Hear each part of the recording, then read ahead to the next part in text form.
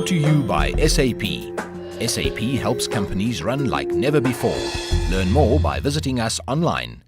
Sub-Saharan Africa's mobile economy contributes over 6% to the region's GDP, according to the GSMA.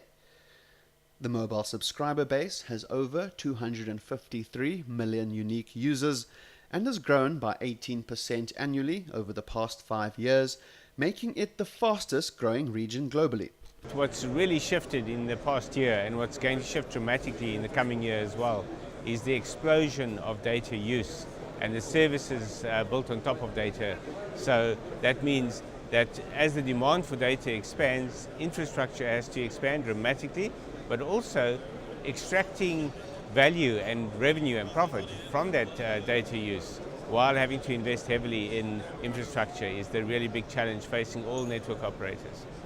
So we're suggesting in our projections that mobile data revenues will comprise 27% of service revenues, mobile service revenues by 2018. And that's an increase from about 14% currently. So that gives a story of the growth very, very clearly. And again, it comes back to this customer demand. That's what consumers want from their operators. And now the question is, can the operators keep up with that demand? Africa's mobile data industry is currently worth $8.5 billion and is expected to exceed $23 billion by 2018, according to Informa Telecoms research.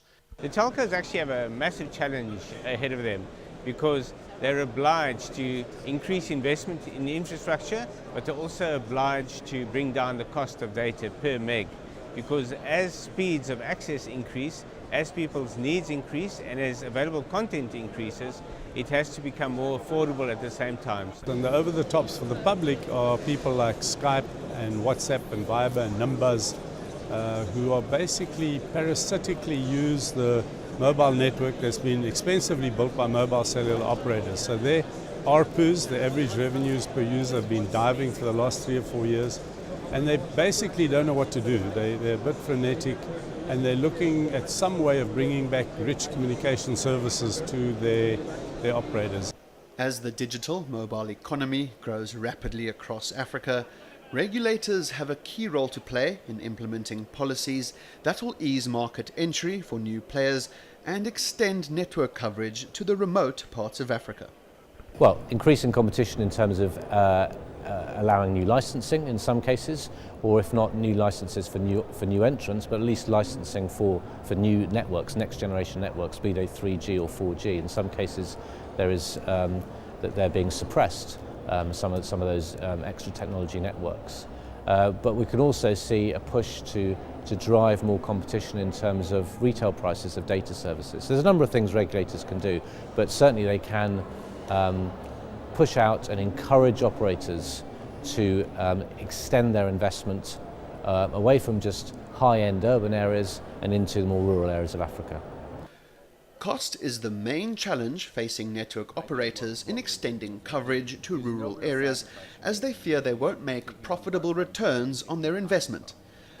AltoBridge is a company that specializes in wireless network solutions. They have developed a solar-powered base station called a light site, which gives operators a cost-effective way to extend network coverage into the remote parts of Africa. Two of the key barriers that we see in deploying mobile coverage to remote areas are energy and the cost of bandwidth via satellite, for example.